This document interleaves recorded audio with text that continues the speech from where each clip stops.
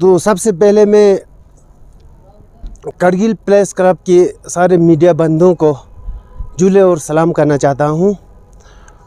तो हमारा आज प्रेस कॉन्फ्रेंस का मेन मकसद ये है, सबसे पहले मैं लकपा साहब ऑनरेबल काउंसलर चाह, साथ ही साथ हमारा ज़ांस्कर बीजेपी डिस्ट्रिक्ट प्रेसिडेंट है, और साथ ही हमारा अचोत सिरिंग रफ्तन सीनियर लीडर बीजेपी ज़ांस्कर। सबसे पहला तो मैं आप लोगों के सामने ये बात कहना चाहता हूँ कि जिस तरह कल कारगिल काउंसिल में हफ्ता पहले जो रेजोल्यूशन लाया गया, उसका ज़्यादातर आप लोगों को बाखूबी मालूम है। एक तो अलग अलग लोगों को चुन चुन की चिट्ठी भेजा गया, लेटर, कि कुछ लोगों को हमें तो बुलाया ही नहीं।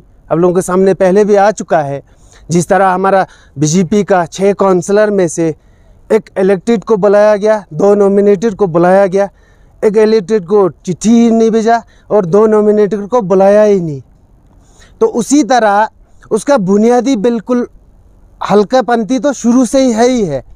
साथ ही साथ मैं सबसे पहला ये कहना चाहता हूँ, हमारा ज़ांस्कर के पंचायत कोऑर्डिनेशन कमेटी के जो लीड करने वाले, जिस तरह की कारशा बीडीसी, ज़ांस्कर के बीडीसी और लुंगनाक के बीडीसी और सरपंचों और पंचों, साथ ही हमारा सीनियर लीडर सिरिंग अंगदूस एक्स ईसी LSCC कारगिल से भी है। तो मैं पहला यह कहना चाहता था, हमारा ज़ांस्कर के पंचायत कोऑर्डिनेशन के कमेटी का जो चेयरमैन, यानी कि बीडीसी कारशा, बीडीसी ज़ांस्कर और बीडीसी लुंगनाक, तीनों की लीडरशिप में हमारा जिस तरह पंचों सरपंचों की द्वारा एक रेजोल्यूशन लाया गया 2 दिन पहले, आप लोगों ने सोशल मीडिया पे बाज़ाब्ता देखा होगा। मैं उनके डिसीजन पे भरपूर समर्थन करता हूं और वेलकम करता हूं, क्योंकि जिस तरह कारगिल काउंसिल ने जो रेजोल्यूशन लाया गया है 4 पॉइंट पे, उसमें भी जिस तरह हमें पूछा ही गई, शुरू से ही हमें ज़ांस्कर वालों को निगलेक्ट किया ही किया है। पहले ही एपेक्स बॉडी ने हमें निगलेक्ट किया हुआ है, ऑलरेडी सभी को मालूम है, और काउंसिल ने भी हमें निगलेक्ट किया। ठीक उसी तरह जिस तरह कल हमारा पंचायत कोऑर्डिनेशन ने रेजोल्यूशन लाया, उस पर हम भरपूरी समर्थन करते हैं। सो मैं ज़्यादा नहीं कहता हूँ, एक एक बातों पे आपको लकपा साहब पूरे तरीके से ब्रीफिंग करेंगे। Thank you. सभी को जुले और मीडिया बंधु को, प्रेस क्लब कारगिल को धन्यवाद देता हूँ। शॉर्ट नोटिस पे आप लोग यहाँ पे आए हैं। तो हफ्ता 10 दिन पहले आप लोगों से मेरा मुखातिब हुआ था। तो आज फिर जिस तरह हमारा ऑनरेबल नॉमिनेटेड काउंसलर तंजीम छोसग्याल ने अभी फरमाया है, जो रेजोल्यूशन 2 दिन पहले ज़ांस्कर से जो हमारा पंचायती रिप्रेजेंटेटिव से, तो उन्होंने एक रेजोल्यूशन लाया है, that is against the resolution passed in LSDC Kargil. हम अब लोगों के नज़रों में ये पास हुआ है बोलते हैं, लेकिन उस पर भी संदेह है। तो जो पंचायत रिप्रेजेंटेटिव ने कोई रेजोल्यूशन लाया है, तो उसके सपोर्ट में उसको हम वेलकम करते हुए उसको हम सपोर्ट एक्सटेंड करते हैं कि जो 2 डिमांड्स जो LSDC कारगिल के रेजोल्यूशन में प्रपोज हुआ है, मेरे ख्याल से पास नहीं हुआ है, प्रपोज हुआ है, जो है separate Lok Sabha seat for Ladakh को 2 लोकसभा सीट मिलना चाहिए, वो डिमांड, और लद्दाख को स्टेटहुड का दर्जा दिया जाए। ये 2 डिमांड के खिलाफ में जो कोऑर्डिनेशन हमारा पंचायत के कोऑर्डिनेशन ने लाया है, पंचायत रिप्रेजेंटेटिव ने लाया है, उसको हम समर्थन करने के लिए, अपना फीलिंग इजहार करने के लिए आप लोगों को यहाँ पे बुलाया है। तो हम अपना सपोर्ट एक्सटेंड करते हैं। साथ ही साथ में अभी हमारे साथ जो आए हुए हैं हमारा सिरिंग रफ्तन जी, हमारा सीनियर लीडर, और स्पेशली हमारा Sering Angdus ji, ex executive councillor LSDC Kargil का, जो पहले नेशनल कॉन्फ्रेंस में थे। तो अभी हम इनको साथ ही साथ में मीडिया के थ्रू हम इनको वेलकम करते हुए, इनका यहाँ पे हमारे पार्टी में ज्वाइनिंग हो के ज़्यादा टाइम नहीं हुआ है, इनको वेलकम करते हुए, क्योंकि ये पहले नेशनल कॉन्फ्रेंस पार्टी में थे, तो इनको हम धन्यवाद देते हैं, वेलकम देते हैं, वेलकम करते हैं। और साथ ही साथ में हम इन चीज़ों पे भी थोड़ा सा गौर करना चाहेंगे कि LSDC कारगिल का जो रेजोल्यूशन प्रपोज हुआ है, तो मेरे ख्याल से ऑफिशियली वो पास नहीं हुआ। मैंने काफ़ी स्टेटमेंट देखा है, कल लद्दाख के MP साहब का भी स्टेटमेंट देखा है, और जिस तरीके से वो रेजोल्यूशन प्रपोज्ड हुआ है वो वेल प्रिपेयर्ड और वेल गुड फीलिंग के साथ, एक अच्छे नियत के साथ नहीं लाया गया था। जिस तरह हमारे नॉमिनेटिव काउंसिलर साहब ने बताया कि हमारे पूरे काउंसिल के मेंबर के उस टेबल पे वो नोटिफिकेशन नहीं आया रेजोल्यूशन का, उसी तरह जो CO है हमारे LHDC कारगिल का, DC हमारा कारगिल, और जितने भी HODs थे, मेरे ख्याल से जो ही प्रपोज हुआ था तो वो सब वॉकआउट हो गए थे, क्योंकि वो प्रॉपर प्रोसीजर के तहत लाया नहीं गया था, और उसको मेरे ख्याल से DC कारगिल भी उसको अप्रूव नहीं कर रहा है।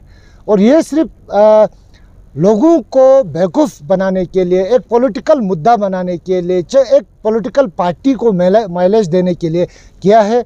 और वो रेजोल्यूशन जो प्रपोज हुआ है, हमारा executive councillor minorities Shri Phunsok Tashi के द्वारा लाया गया है, वो प्रपोज हुआ है। तो मैं सोचता हूँ उसमें भी काफ़ी कुछ गेम है उसमें, क्योंकि हमारे इलाके से चुन के गया है, माइनॉरिटी की कुर्सी पे बैठा हुआ है, तो माइनॉरिटीज़ का इश्यूज़ पे कभी रिजोल्यूशन नहीं लाता है। ज़ांस्कार का मूल मुद्दा, ज़ांस्कार को एक अलग से ज़िला घोषित करने का जो मुद्दा है, उस पे कभी जितने भी हमारा जनरल काउंसिल हुआ है उसमें उन्होंने वो रिजोल्यूशन प्रपोज नहीं किया, क्योंकि उनके साथ जो मेजॉरिटी ऑफ काउंसिलर उनका जब सरकार चल रहा था तो वो पास करवा सकते थे, वो नहीं किया। तो हमारे डिस्ट्रिक्ट के डिमांड को डाइल्यूट करने के लिए फुनसोक टशी जी ने ये प्रपोज किया, हमें लगता है, तो उसको हम कंडेम करते हैं। अगर ऐसा हरकत करता है, अपने लोगों के जिन्होंने वोट दे के चुन के हिल काउंसिल में कुर्सी दिलाया है, तो अगर अपने लोगों के मफाद के लिए, अपने लोगों के प्रोटेक्शन के लिए, इंटरेस्ट के लिए अगर आवाज़ नहीं उठा सकता है, तो मेरे ख्याल से वो एक फेलियर एग्जीक्यूटिव काउंसिलर रहा है।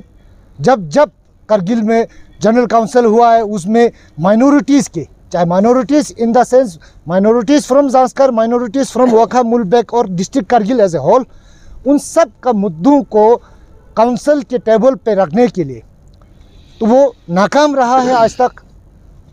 तो इस चीज़ को हम काफ़ी निंदा करते हैं, हम कंडेम करते हैं इस चीज़ को। और साथ ही साथ में जो पॉलिटिकल डेवलपमेंट्स हमें देखने को मिल रहा है, जो इनजस्टिस ज़ांस्कर के साथ हुआ है, वो सबको पता है, इसमें कोई छुपा छुपी बात है नहीं है।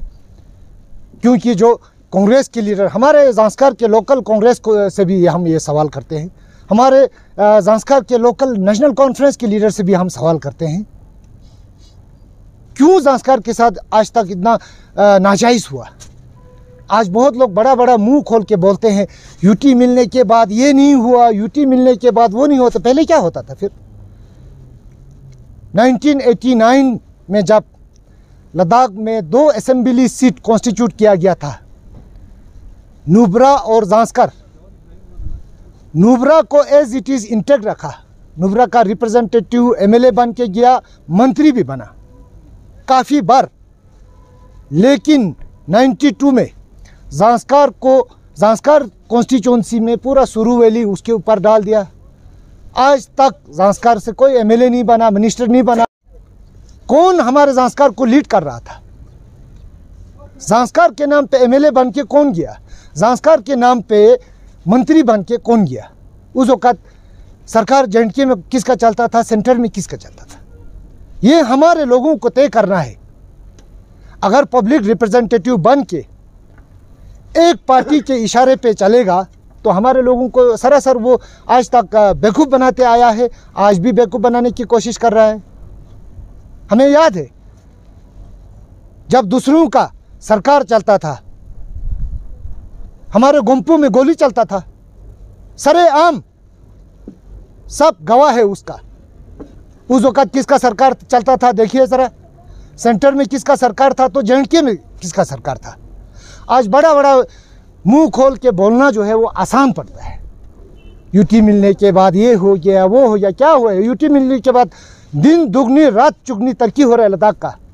लद्दाखियों को आज़ादी मिला, चाहे वो ले वाला हो, चाहे वो करगिल वाला हो, चाहे मुस्लिम हो, चाहे बौद्ध हो।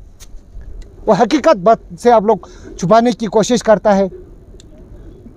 क्या है मुझे ये बताइए कि कांग्रेस पार्टी का जो दोगलापन, नुब्रा को एमएलए सेपरेट क्यों रखा? अगर हर चीज़ में वो अमेंड करना था, नुब्रा सीट को क्यों रखा? ज़ांस्कार में क्यों बाकी इलाके से इंक्लूड किया गया है? अभी कांग्रेस वाले बड़ा बड़ा मुंह खोल के बोलते हैं ये हो गया वो हो गया, हम होते तो ये करते। क्या आप लोगों ने क्या किया हमारे लोगों के साथ? आज तक कौन सा जस्टिस किया, मुझे ये बताइए। किस दिन हमारे लोगों के साथ खड़ा था? और कांग्रेस पार्टी मेरे ख्याल से एक दोखलापन पार्टी है, क्योंकि कांग्रेस में कोई वो कांग्रेस पार्टी का कोई डिसिप्लिन ही नहीं। बार बार मैं बोलता हूं, और खासकर कारगिल के निवासियों को तो कांग्रेस पार्टी ने टोटली रिजेक्ट किया हुआ है, लेकिन आम कारगिल के लोग इस चीज़ को समझ नहीं पा रहे। कारगिल के कुछ कांग्रेस लीडर, उनके आंखों में धूल झोंकते आया है। कैसे है, मैं सवाल करता हूं।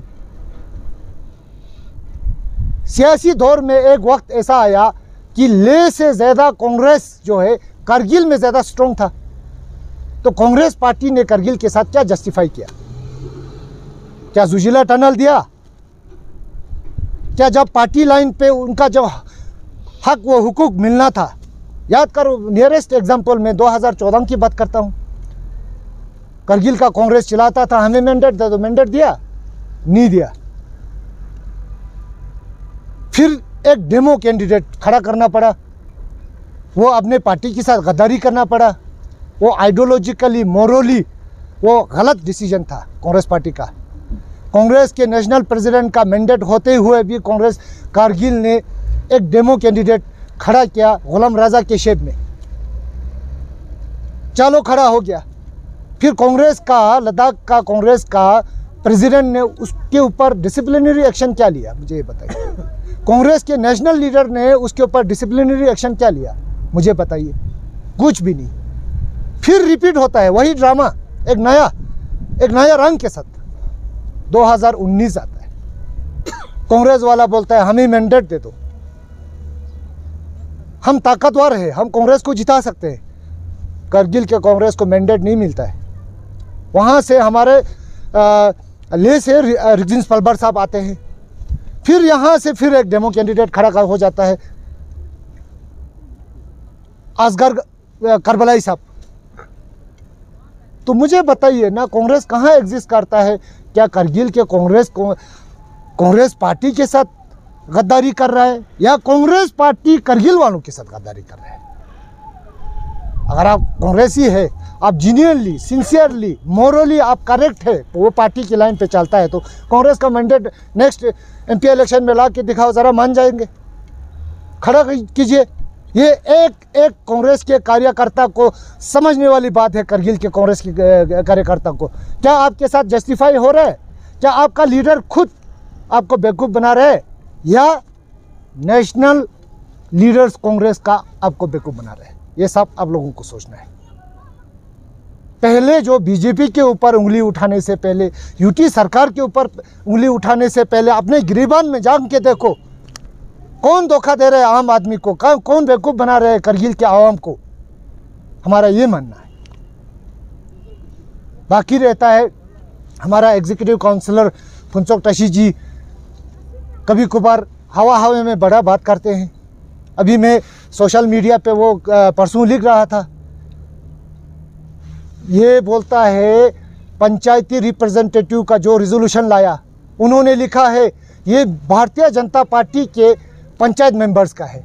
मुझे आप बताइए ज़रा, फुनचोक टशी जी, आप मुझे बताइए, क्या जंगला जो आपका कॉन्स्टिट्यूंसी है, पदुम ब्लॉक का बीडीसी उस पर साइन करके देता है जो नेशनल कॉन्फ्रेंस का है? क्या वो बीजेपी का है? क्या कल तक आप साथ लेके चलता था? आप गलत कर रहे हैं, इसलिए गलत नतीजा निकल रहा है।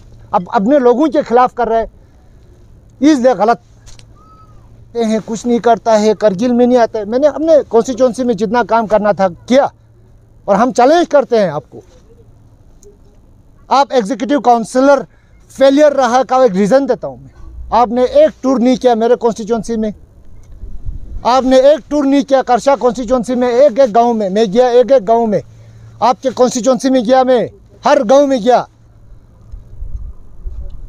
कारशा कॉन्स्टिट्यूंसी में हर गांव में गया मैं इस बार, ना छोटा ना बड़ा गांव, सब में गया, सबका प्रॉब्लम एड्रेस किया, सबका प्रॉब्लम जो है हमने दिल्ली तक लेके गया। बहुत सारे हाल हुआ है, बहुत सारे हाल होना है, इसलिए आप फेलियर है। आप जब एग्जीक्यूटिव काउंसलर की कुर्सी पे बैठा है तो नेशनल कॉन्फ्रेंस का एग्जीक्यूटिव काउंसलर नहीं है आप LHDC करगिल का एग्जीक्यूटिव काउंसलर है, आप पूरे ज़ांस्कार का एग्जीक्यूटिव काउंसलर है, आप पूरे माइनॉरिटीज़ करगिल का एग्जीक्यूटिव काउंसलर है। वो ड्यूटी निभाने में आप नाकाम रहा है, उस चीज़ को आपको एडमिट करना पड़ेगा। और जिस तरह से आप लोगों ने जो general council LHDC 4th LHDC Kargil का जो जनरल काउंसिल रिव्यू मीटिंग होना था, उसमें जो दोगलापन जो चालाकी आप लोगों ने किया, कुछ लोगों को बुलाया, कुछ लोगों को नहीं बुलाया। चलो हमारे आने से आप लोगों को तकलीफ़ होता है, चलो नहीं आते हैं, लेकिन मेरा ये मानना है हम लोग काउंसलर कब तक रहेंगे, आपका एग्जीक्यूटिव कब तक रहेंगे। जो इंस्टीट्यूट, जो होली इंस्टीट्यूट अभी लद्दाख में है, LHDC कारगिल और LHDC लेह के शेप में, उस डेमोक्रेटिक इंस्टीट्यूशन को दागदार मत होने दीजिए, उसका सैंक्टिटी को रेस्पेक्ट कीजिए। कोई कल रहे ना रहे, वो इंस्टीट्यूट हमारे जनरेशन के लिए साफ सुथरा रहना चाहिए, उसको आप लोगों ने मैला कर दिया। आप लोगों ने जो रेजोल्यूशन पास करना था क्यों नहीं बुलाया हमको? हम भी बोलते, देखते किस में कितना निचोड़ है, हम भी डिस्कस करते प्रोज एंड कॉन्स का, हर डिमांड का। हो सकता है आपके रेजोल्यूशन को मैं साथ देता। हमको आने नहीं दिया आप लोगों ने, हमको चिट्ठी तक नहीं भेजा आप लोगों ने। हाँ, तो ये सारा चीज़ें हमको उजागर करने की ज़रूरत है। तो साथ ही साथ में मैं अभी सभी मीडिया बंधुओं का धन्यवाद दूंगा और मुबारकबाद दूंगा कि मीडिया लोग, कल मैं सोशल मीडिया पे देख रहा था, एक रीजनल प्रेस क्लब आप लोग बनने जा रहा है। मेरे ख्याल से जितने भी मीडिया बंधु हैं वो एक स्ट्रॉन्ग पिलर बनेगा हमारे डेमोक्रेसी को बचाने के लिए, लद्दाख के हक और हुकूक को बचाने के लिए। और मुझे उम्मीद है कि एक ये किसी पॉलिटिकल पार्टी का एक टूल ना बन जाए, ये मेरा मानना है। आप सबको मुबारक हो। और नेक्स्ट जो हम प्रेस को जब संबोधित करेंगे, मुझे उम्मीद है कि हम रीजनल प्रेस क्लब के साथ बात करें और लद्दाख के जितने मसाइल हैं उस पर डिस्कस सभी को करने दें, क्योंकि हम एक पब्लिक रिप्रेजेंटेटिव हो, चाहे काउंसलर के शेप में हो, चाहे 5 के शेप में हो, एक पब्लिक रिप्रेजेंटेटिव होता है। तो अब सबको मैं धन्यवाद देता हूँ। तो साथ में आप लोगों का कोई अगर सवाल हो तो हम कोशिश करेंगे कि उसको आप लोगों तक वो पहुंचाने की। धन्यवाद। आपने अभी कांग्रेस पे काफ़ी सारे इल्ज़ाम लगाए कि उन्होंने करगिल के लोगों को, संस्कार के लोगों को बेवकूफ़ बनाया, आवाम के साथ धोखा किया है। आपकी पार्टी ने भी पिछले इलेक्शन में आपके साथ वादा किया था कि संस्कार को डिस्ट्रिक्ट देंगे, लेकिन अभी तक वो वादा कहीं नज़र नहीं आता है। मुझे तो लगता है कि दोनों पार्टी एक ही चीज़ खेल रहा है। नहीं, ऐसा नहीं है। वो बार बार मीडिया में जब भी हम मीडिया के सामने आते हैं, यही सवाल बार बार हमारे सामने आ जाता है और हमारे ओपोजिशन भी ये क्वेश्चन करते हैं। ये सवाल नहीं होता है कि डिस्ट्रिक्ट नहीं मिले। हाँ, क्योंकि अगर भारतीय जनता पार्टी के लीडर ने अगर कमिटमेंट किया है, पहले तो हमने लोगों से पूछना है कमिटमेंट कब हुआ, क्या हुआ, कैसे हुआ, है ना। एक लंबा चौड़ा स्टोरी है, उस पर फ़िलहाल नहीं जाऊँगा। डिस्ट्रिक्ट मिलना है, डिस्ट्रिक्ट के लिए हमारे लोगों का हमें समर्थन मिला है 2019 में, उस चीज़ को हम रेस्पेक्ट करते हैं। वो हमारे ऊपर एक लाइबिलिटी है। भारतीय जनता पार्टी को हमारे लोगों ने वोट दिया तो हमारे पार्टी के ऊपर एक लाइबिलिटी है। उस चीज़ को निभाने के लिए रात दिन हम दौड़ते हैं, हम करते हैं, कोशिश करते हैं। और मुझे पूरा उम्मीद है अपने लीडरशिप पे, खासकर मेंबर पार्लियामेंट जमयांग छिरिंग नामग्याल जी पे हमें पूरा विश्वास है कि वो अपने टेन्योर कंप्लीट होते होते या उससे पहले जितना हो सके जल्दी ज़ांस्कार को एक ज़िला घोषित किया जाएगा। तो मुझे पूरा भरपूर उम्मीद है, इस चीज़ के लिए हम काम भी कर रहे हैं। आपने अभी कहा कि कब हुआ था, कैसे हुआ था, मुझे आपके सवाल में ही कुछ ऐसा लग रहा है कि आप कहीं ऐसा तो नहीं कह रहे कि ऐसा कमिटमेंट हुआ ही नहीं था पार्टी ने। नहीं, वो ज़ांस्कार के देखिए, जब भी बात हुआ ये 2019 की जब इलेक्शन के बाद आता है तो वो उसमें कोई छुपा छुपी बातें तो था नहीं, है ना।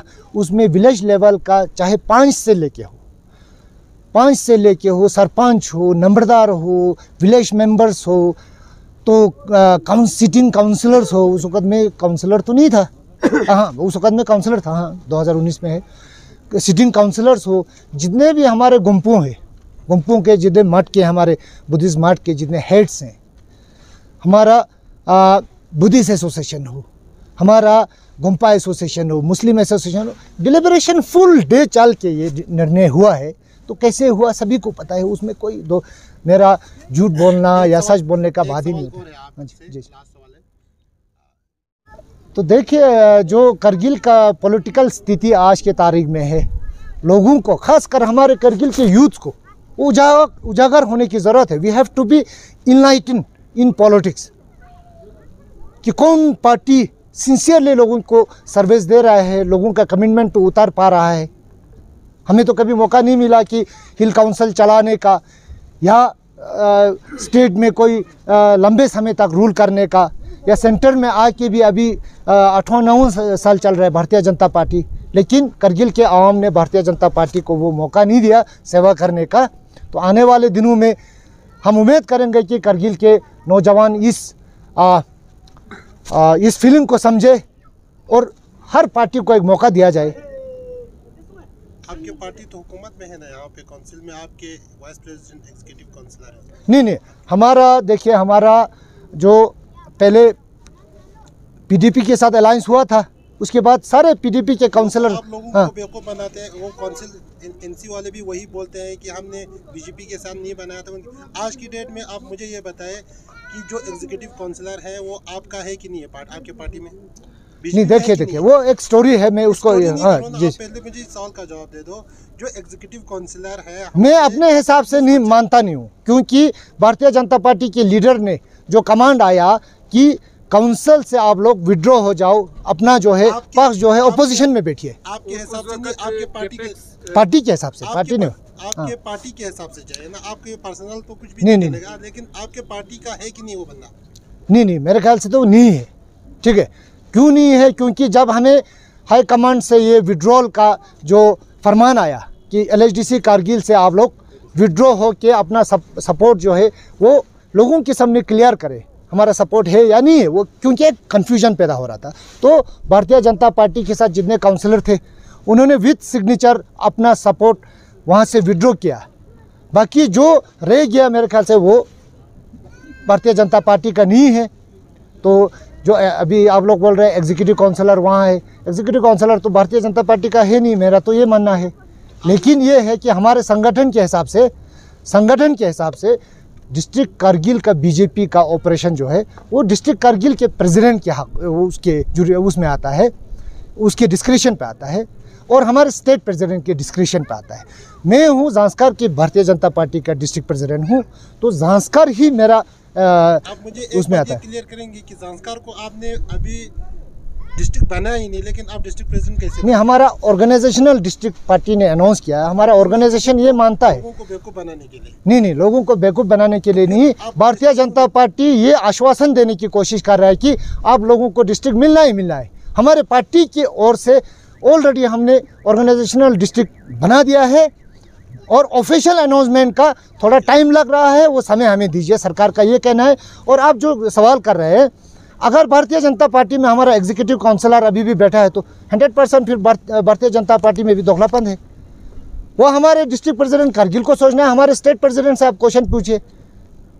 पार्टी एक सवाल भी करना चाहूँगा। किपेक्स बजट के दौरान मैं खुद वहाँ पे मौजूद था, जिसमें आपके नॉमिनेटीज़ के 2 काउंसलर भी मौजूद थे। जी। उस वक्त श्री पुनसोक जी ने बोला कि आपका एक प्रॉपर एक स्टेशन होना चाहिए आपको इनविटेशन देने के लिए।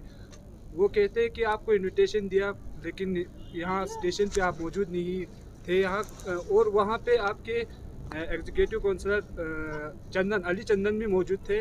उस वक्त आपके नॉमिनेटीज़ के 2 काउंसलरों ने आवाज़ उठाया, उस पर अली चंदन ने कोई आवाज़ नहीं उठाया। उस पर आप क्या कहना चाहेंगे?